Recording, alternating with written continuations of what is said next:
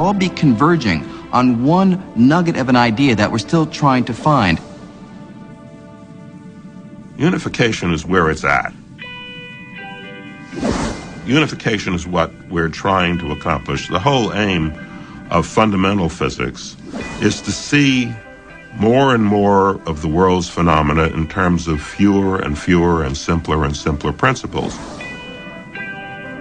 We feel as physicists that if we can explain a wide number of phenomena in a very simple manner, that's somehow progress. There is almost an emotional aspect to the way in which the great theories in physics sort of encompass a wide variety of apparently different physical phenomena. So this idea that we should be aiming to unify our understanding is inherent, essentially, to the whole way in which this kind of science progresses. And long before Einstein, the quest for unification began with the most famous accident in the history of science. As the story goes, one day in 1665, a young man was sitting under a tree when all of a sudden he saw an apple fall from above. And with the fall of that apple, Isaac Newton revolutionized our picture of the universe.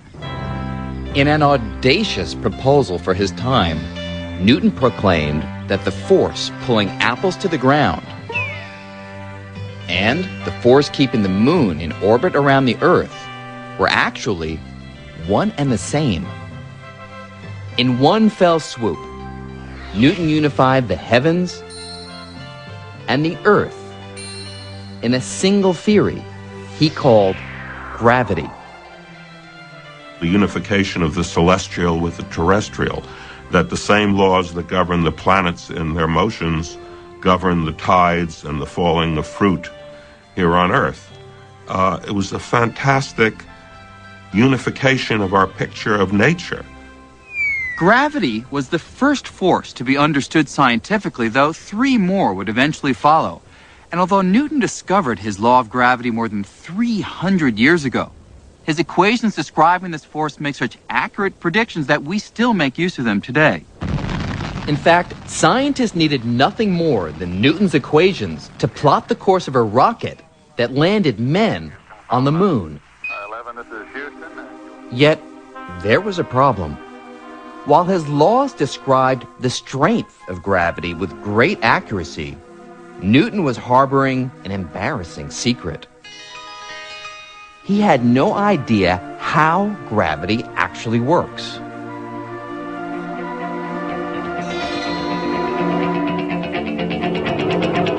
For nearly 250 years, scientists were content to look the other way when confronted with this mystery. But in the early 1900s, an unknown clerk working in the Swiss patent office would change all that. While reviewing patent applications, Albert Einstein was also pondering the behavior of light. And little did Einstein know that his musings on light would lead him to solve Newton's mystery of what gravity is. At the age of 26, Einstein made a startling discovery: that the velocity of light is a kind of cosmic speed limit, a speed that nothing in the universe can exceed.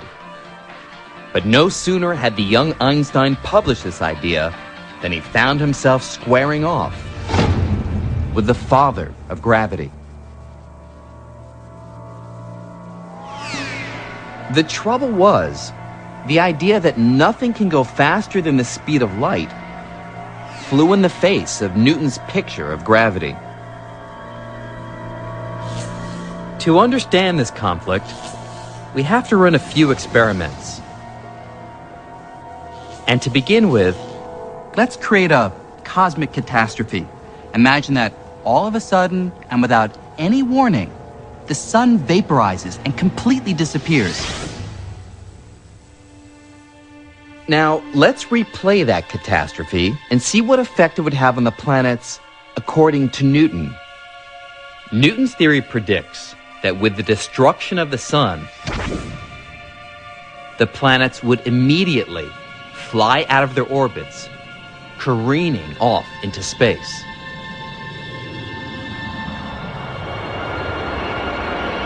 In other words, Newton thought that gravity was a force that acts instantaneously across any distance, and so we would immediately feel the effect of the sun's destruction. But Einstein saw a big problem with Newton's theory. A problem that arose from his work with light. Einstein knew light doesn't travel instantaneously. In fact, it takes 8 minutes for the sun's rays to travel the 93 million miles to the Earth.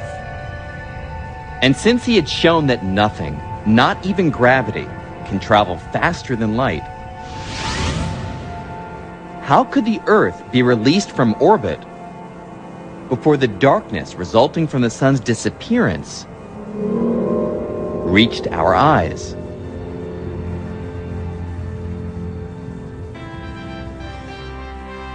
To the young upstart from the Swiss patent office, anything outrunning light was impossible. And that meant the 250-year-old Newtonian picture of gravity was wrong. If Newton is wrong, then why do the planets stay up? Because remember, the triumph of Newton's equations come from the quest to understand the planets and the stars, in particular the problem of why do the planets have the orbits that they do. And with Newton's equations, you can calculate the way that the planets will move. Einstein's got to resolve this dilemma. In his late 20s, Einstein had to come up with a new picture of the universe in which gravity does not exceed the cosmic speed limit. Still working his day job in the patent office, Einstein embarked on a solitary quest to solve this mystery. After nearly 10 years of racking his brain, he found the answer in a new kind of unification. Einstein came to think of the 3 dimensions of space and the single dimension of time as bound together in a single fabric of space-time.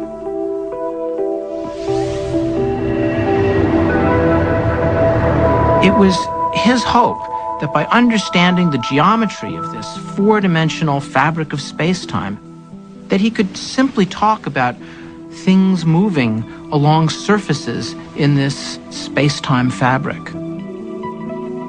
Like the surface of a trampoline, this unified fabric is warped and stretched by heavy objects like planets and stars. And it's this warping or curving of space-time that creates what we feel as gravity. A planet like the Earth is kept in orbit not because the sun reaches out and instantaneously grabs hold of it, as in Newton's theory, but simply because it follows curves in the spatial fabric caused by the sun's presence. So, with this new understanding of gravity, let's rerun the cosmic catastrophe. Let's see what happens now If the sun disappears. The gravitational disturbance that results will form a wave that travels across the spatial fabric in much the same way that a pebble dropped into a pond makes ripples that travel across the surface of the water. So we wouldn't feel a change in our orbit around the sun until this wave reached the Earth. What's more, Einstein calculated that these ripples of gravity travel at exactly the speed of light. And so, with this new approach, Einstein resolved the conflict with Newton over how fast gravity travels. And more than that, Einstein gave the world a new picture for what the force of gravity actually is. Its warps and curves in the fabric of space and time. Einstein called this new picture of gravity general relativity. And within a few short years, Albert Einstein became a household name. Einstein was like a rock star in his day. He was one of the most widely known and recognizable figures alive. He and perhaps Charlie Chaplin were the reigning kings of the popular media. People followed his work, and they were anticipating, because of this wonderful thing he had done with general relativity, this